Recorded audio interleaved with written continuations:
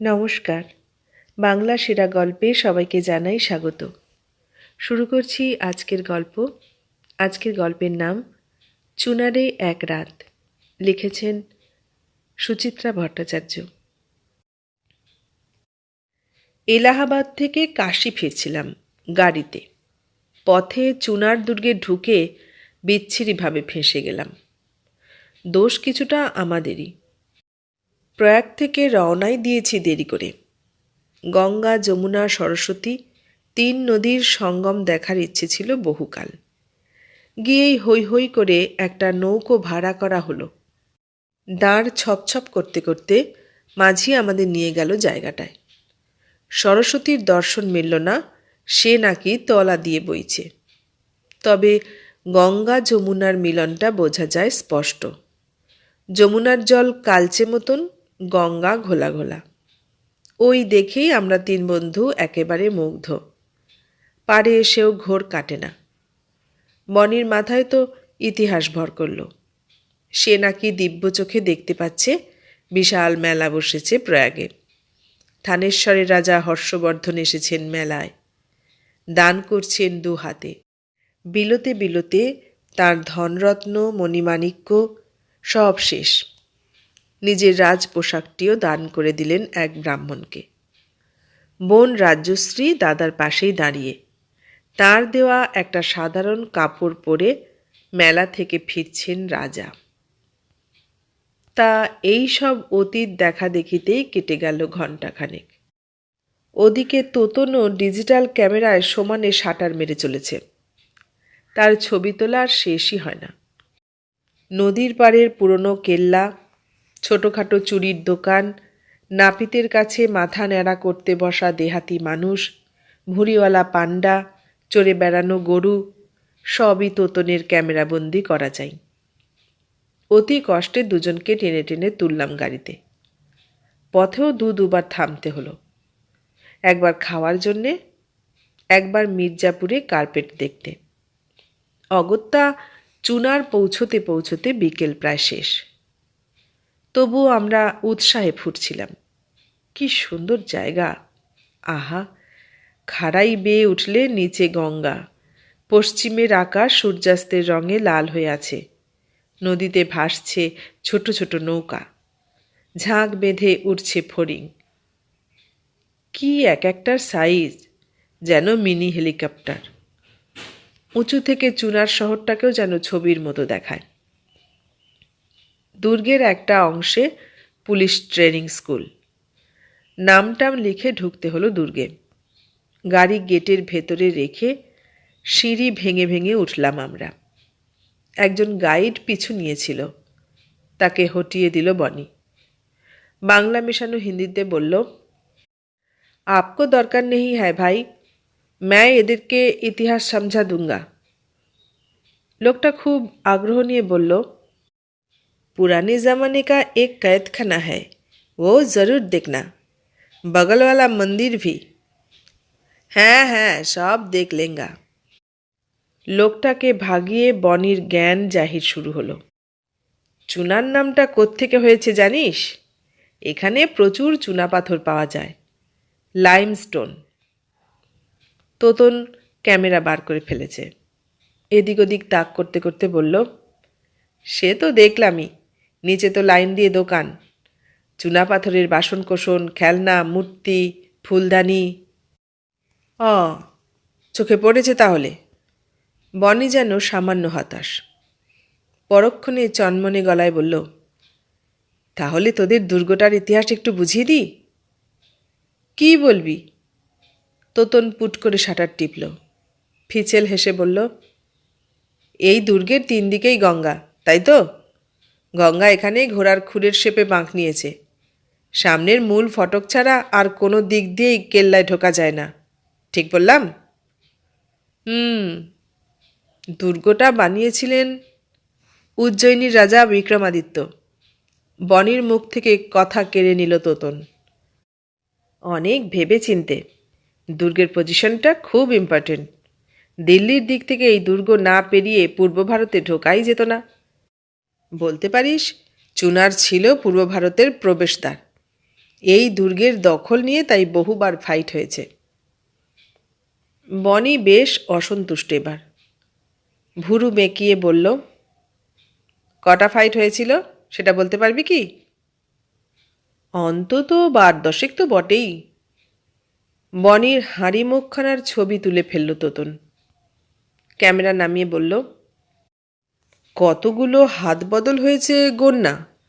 মোহাম্মদ শাহ, সিকান্দার লোদি, বাবর, হুমায়ুন, শের শাহ, আকবর, তারপর অযোধ্যার নবাবরা, ব্রিটিশ, মাঝে নিশ্চয়ই আরও 2-4টে খুচরো খাচরা আছে। কিরে, ভুল বলছি না তো? না, মোটামুটি ঠিকই আছে। কোঁত করে নিজের জ্ঞানগুলোকে গিলে নিল বনি। চল, এক্ষুনি সন্ধে নেমে যাবে, তার আগে ফোর্টটা ভালো করে ঘুরে ঘুরে দেখে নি। বনি জব্দ হওয়ায় আমি আর তোতন হাসিতে ফেটে পড়েছি। 2-1 মিনিট গুম হয়ে রইল বনি, তারপর সেও হাসছে। খোশ মেজাজে 3 বন্ধু চক্কর মারলাম জায়গাটা। জেলখানাটা সত্যি ভয়ঙ্কর, যেন মাটির নিচে প্রকাণ্ড অন্ধকূপ। তবে মন্দিরটি নেহাতি সাদামাটা, না দেখলেও ক্ষতি ছিল না। হাঁটতে হাঁটতে গেছি দুর্গের আর এক অংশে, সুরকি ঢালা পথ ধরে। এদিকটাতেই বুঝি কেল্লার হেডকোয়ার্টার ছিল একসময়। এখানে রয়েছে একটা ছোটোখাটো প্রাসাদ। প্রাচীন হলেও পাথরের গাঁথনি আর কারুকাজ করা গবাক্ষ প্রায় অটুট। তার পাশেই এক রাজ দরবার। আকারে লালকেল্লা বা আগ্রা ফোর্টের মতো বিশাল না হলেও নেহাত ফেলনাও নয়। মোটা মোটা থামওয়ালা দরবারের সামনে খানিকটা ফাঁকা জায়গা, তারপর ঢাল নেমে গেছে গঙ্গায়। নদী থেকে জায়গাটা এত উঁচুতে যে নিচের ফেরিঘাট, নৌকো, মানুষ সবই কেমন খুদি খুদি দেখায়। চারদিকে গাছপালাও আছে অল্প স্বল্প, ফাগুনের হাওয়ায় নাচছে তাদের পাতা।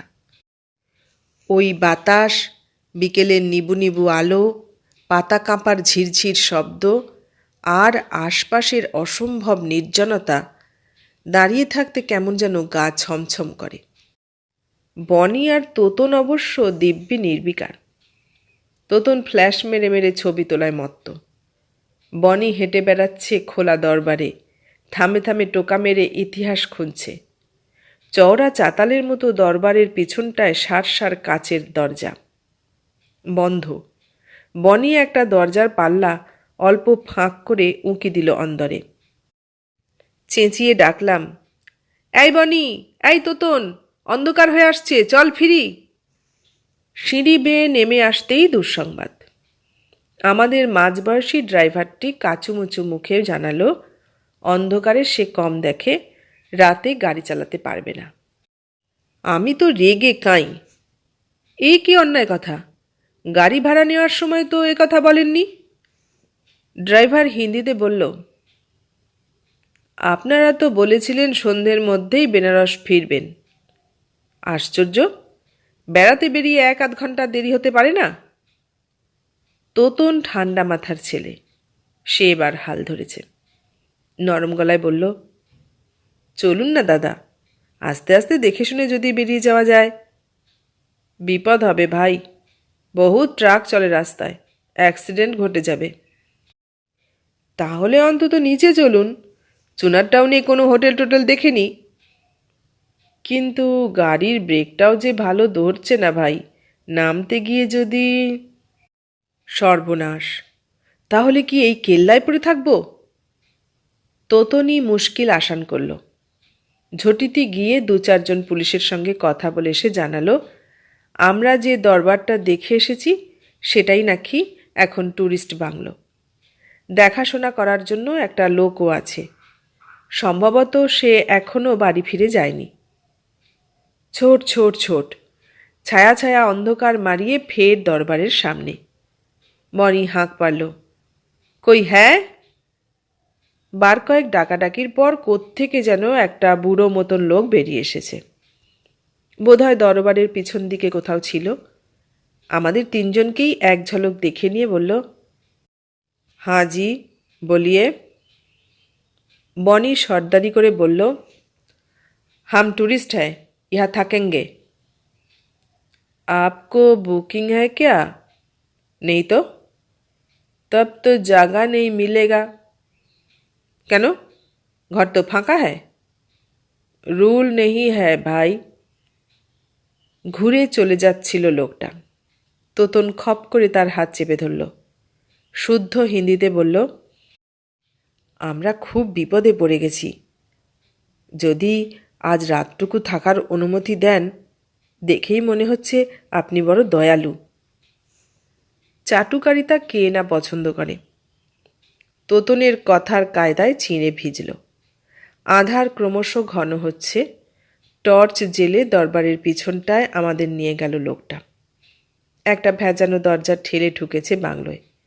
ভেতরে ঘুরঘুরটি অন্ধকার। তবে টর্চের আলোয় বোঝা যায় এটা বাংলোর ডাইনিং হল। প্রকাণ্ড খাওয়ার টেবিল আছে একখানা, আর তাকে ঘিরে খান আষ্টেক ভারী ভারী চেয়ার। টেবিলে একটা মোটা মোমবাতি ছিল।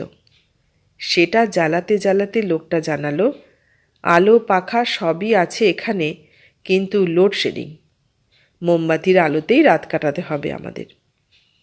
চুনারে নাকি 24 ঘন্টার মধ্যে মাত্র 2-3 ঘন্টা কারেন্ট থাকে। আজ দুপুরেই সেই কোটাটা পূরণ হয়ে গেছে।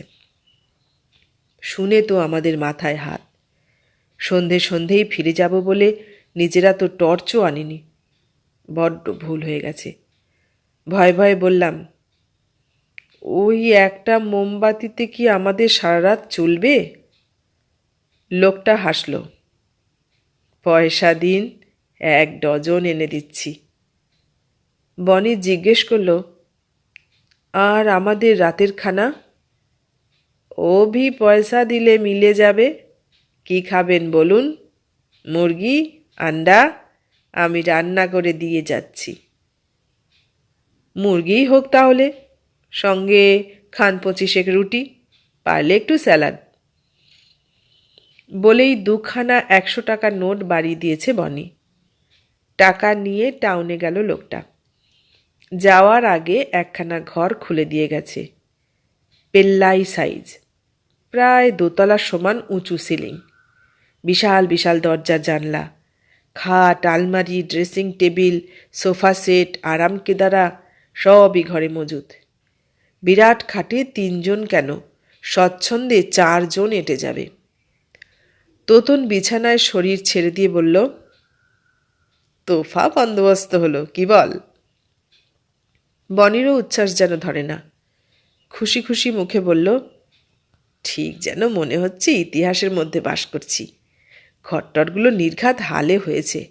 গোটাটাই রাজদরবার ছিল, এখন পার্টিশন তুলে বাংলো। কিন্তু আমার কেন যেন সুবিধা লাগছে না রে। এত ফাঁকা জায়গা, তার উপর ঘন অন্ধকার।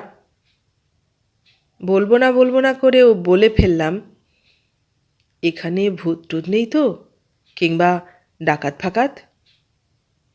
ধুত, পাশেই এত পুলিশ থাকতে ডাকাত। বনি হ্যাঁ হ্যাঁ হাসল।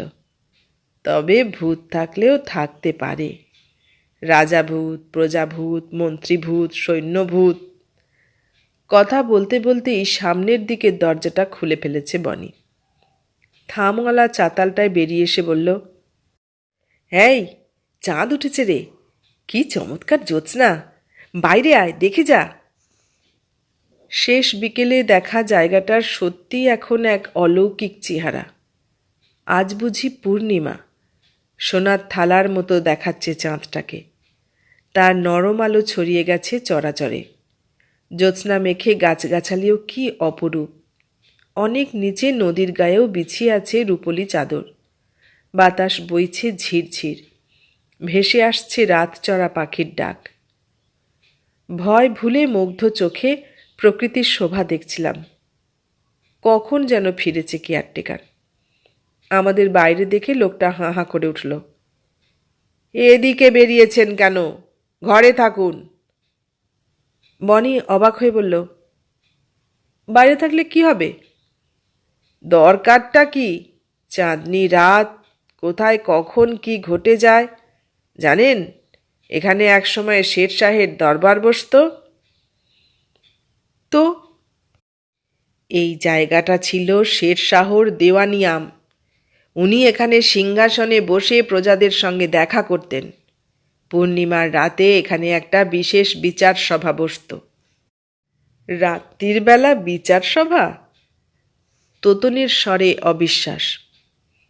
রাজা বাদশার খেয়াল এখনও নাকি পূর্ণিমার রাতে মাঝে মাঝে সেই বিচার সভা বসে।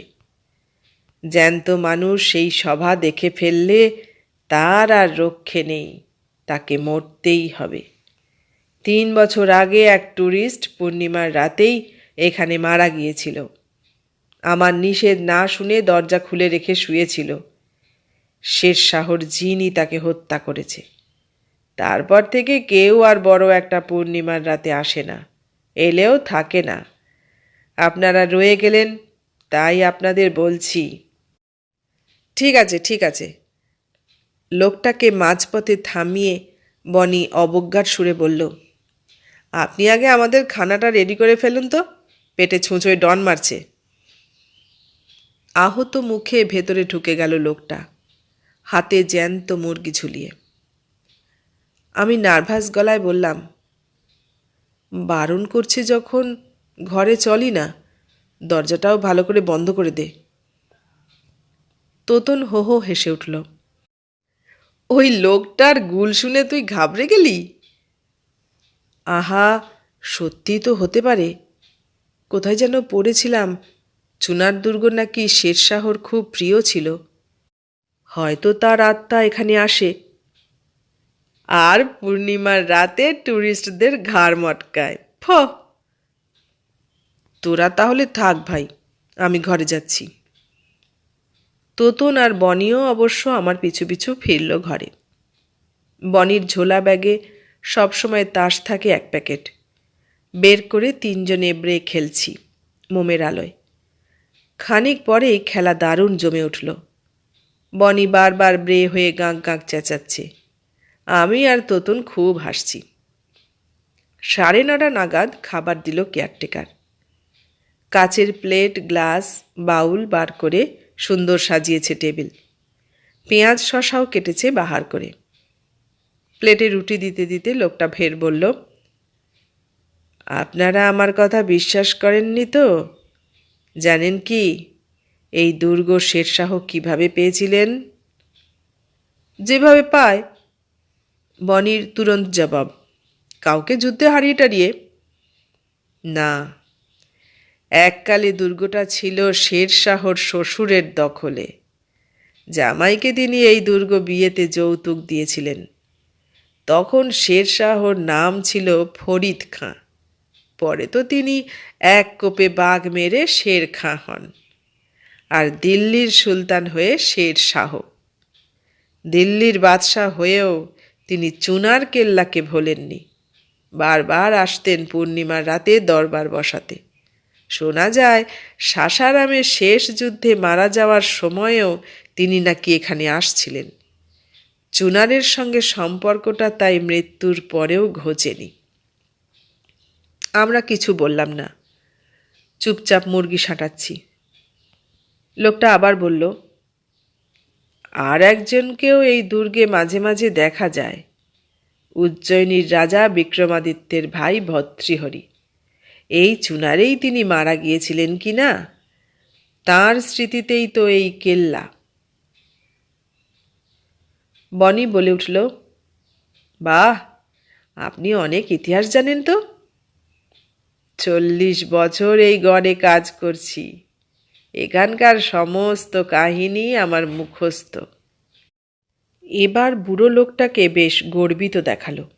ভারিক্কি গলায় বলল, যাগ্গে, আপনাদের ভালোর জন্যই বলা।